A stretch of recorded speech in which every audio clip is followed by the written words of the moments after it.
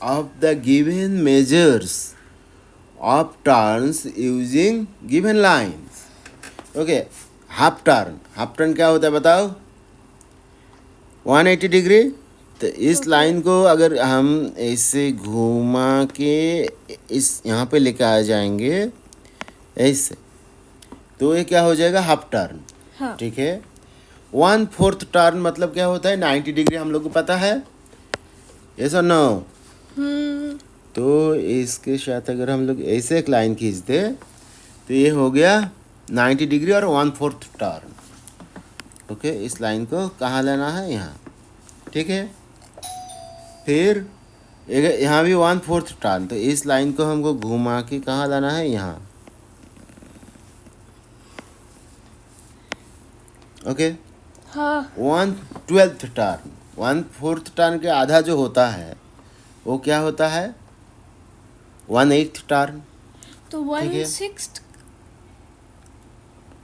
1/12, 1/6 के आधा जो होता है वो होता है 1/12। ओके, सो वो कुछ ऐसा बनेगा। इसको घुमा के हमको थोड़ा सा ऐसे लाना है। ठीक है, तो ये 1/12 टर्न बन जाएगा। ठीक है। हाँ।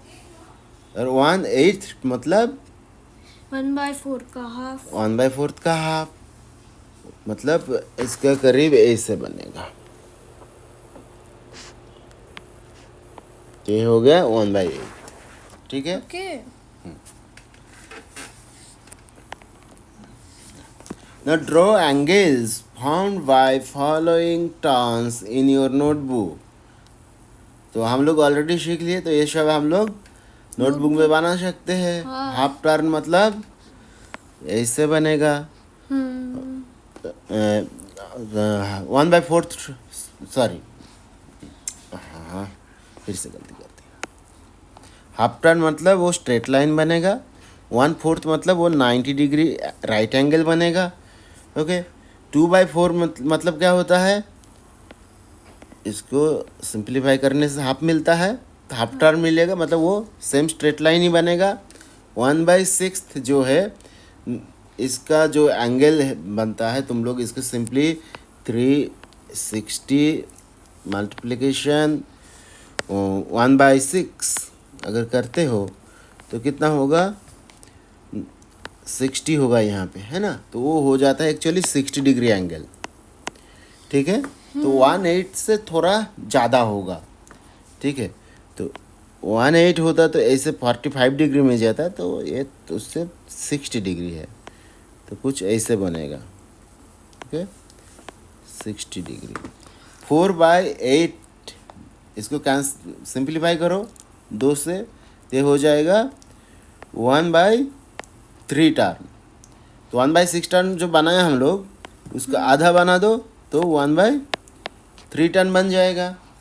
देखो 3/12 लिखा है, पहले हमको देखना है कैंसिल कर सकते कि नहीं, सिंप्लीफाई कर सकते नहीं। तो 3 और 12 को अगर कैंसिल करेंगे ऊपर में 1 हो जाएगा, नीचे 4, तो 1/4 टर्न 1/4 हम लोग को पता है राइट एंगल होता है, तो ये इसे राइट एंगल बन जाएगा। ठीक है ना? यहाँ देखो, हाफ प्लस 1/4, तो इसको हमने क्या बताया? एक 90 डिग्री और 1/4, सॉरी हाफ मतलब क्या हो गया? एक स्ट्रेट लाइन ऐसे, और 1/4 मीन्स व्हाट? इसको ऐसे पॉइंट मान लो, 1/4 मीन्स एक 90 डिग्री। तो यहाँ तो एक एंगल बनेगा जो कि इस साइज का है। अंडरस्टैंड? इधर नहीं मार्क करना है, उल्टा साइड को मार्क करना है, तब जाके वो बनेगा half plus 1/4। Okay, and 1/8 plus 1/6। तो हम लोग को ऑलरेडी पता है 1/8 क्या होता है। 1/8 क्या होता है बताओ? मतलब 45 डिग्री होता है, एक राइट एंगल का आधा होता है ना। तो ये मान लो कि ये हो गया हमारा 1/8, और 1/6 क्या होता है? इसके नीचे मान लो कि 60 डिग्री जाएंगे तो 1/6 होगा। तो ये जो सब मिला इधर क्या हो गया? 1/8 हो गया। लाइन के नीचे क्या हो गया? 1/6। तो ये जो एंगल बना ये हो गया क्या? 1/8 प्लस 1/6। ओके। ठीक है। Guess the measure of turn the minute hand on the clock. Okay, so here you have some clocks.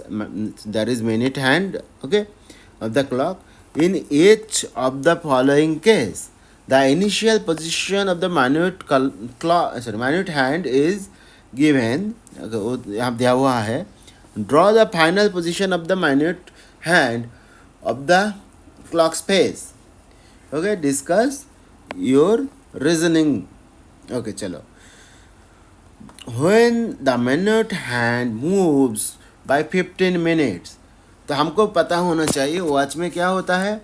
ये जो दो नंबर लिखा होता है ना, उसके बीच में जो एंगल होता है, टाइम कितना होता है. ये दो एज 3 लिखा है, 4 लिखा है मान लेते हैं. तो इसके 3 से 4 में आ जाएगा तो कितने मिनट्स हो जाएगा. 5 मिनट्स होता है ना. 5 मिनट्स में कितना डिग्री मूव करता है ये हैंड. 15 डिग्री. तो हर दो नंबर के बीच में तुम्हारा डिग्री कितना मूवमेंट होता है. 15. ये हमेशा याद रखना है, ठीक है ना. ये 15 मिनट्स लिखा है, मतलब एक नंबर से दूसरे नंबर में तुम पहुंच रहे हो, ठीक है. तो यहाँ देखो, ये इसका जो हैंड है अभी 3 में है. When the hand moves bye 15 minute, वो हैंड कहाँ पहुंच जाएगा. वो हैंड 4 में पहुंच जाएगा, है ना बेटा. तो मेड ए 4 में पहुंच जाएगा. सॉरी, तो इसमें 4 नहीं लिखना है, उसमें टर्न के हिसाब से लिखना है हमें, ठीक है ना. तो ये देखो, ये जो है, ये जो टर्न टोटल है, इसको हम लोग क्या बोलते हैं. 1 बाय, जल्दी बताओ, 1/4. Okay. 1/4 का कितना पार्ट है. देखो, ये एक स्लाइस है, दूसरा है, तीसरा है. सो 1/3 ऑफ 1/4 कवर कर रहा है. ये सुन लो. तो इसको हम क्या करेंगे, जहाँ ऑफ है वहाँ पे मल्टीप्लाई है, तो 1/3 से मल्टीप्लाई कर देंगे. 1 बाय, बोलो, 3 4 जार 12. Okay. तो कितना टर्न हो गया. 1 बाय, बताओ 1/12 turn. Okay. Right the minute hand move by 30 minutes. 30 minute में कितना मूव होता है एक वॉच में. पूरा ऑपोजिट साइड में वो उसका हाँ डायरेक्शन चला जाता है, ठीक है. Okay. तो यहाँ 6 में है तो 12 में पहुंच जाएगा हैंड, तब जाके 30 मिनट्स होगा. हाँ. Okay. So it made a dash turn. So वो यहाँ से यहाँ जाए, मतलब 1/2 turn. Very good, very good. When the minute hand moves by 45 minutes, it makes a dash turn. See, 45 minutes मतलब 90 डिग्री में मूव करता है वो. 9 में है तो वो 12 में पहुंच जाएगा. तो ये हो गया कि कितना, ये हो गया 90 डिग्री. तो उसका आधा क्या होगा, 45 डिग्री. तो 90 का मतलब हमें पता है. 90 डिग्री मतलब को क्या होता है, 1/4 हाँ. Of half of 1/4, right. तो हमारा कैलकुलेशन क्या बोलता है, ऊपर में आएगा 1, नीचे में आएगा 2 4 jar 8. 8. So 1/8 turn. Okay. Okay. When the minute hand has turn by 1/12. 1/12 हमको पता है. देखो ये 1/12 है ना.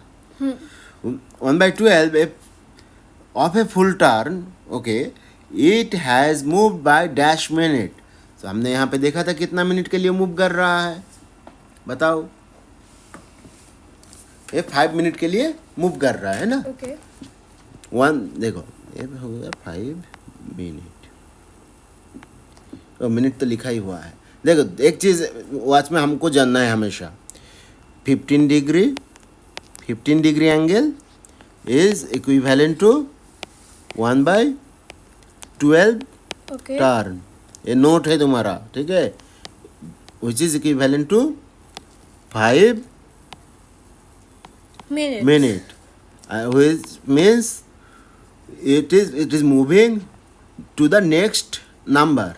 Okay. Move to the next number. अगर ये तुम याद रखा तो कभी भी ये सब क्वेश्चन गलत नहीं हो सकता है। ओके। ठीक है। Now when the minute hand has turned a full circle, यहाँ से घूम के फिर वापस यहाँ आ गया है। हाँ। Okay, it moves by dash minutes. बताओ पूरा सर्कल में कितना मिनट होता है एक वॉच में? 60 मिनट। ये तो सिंपल था।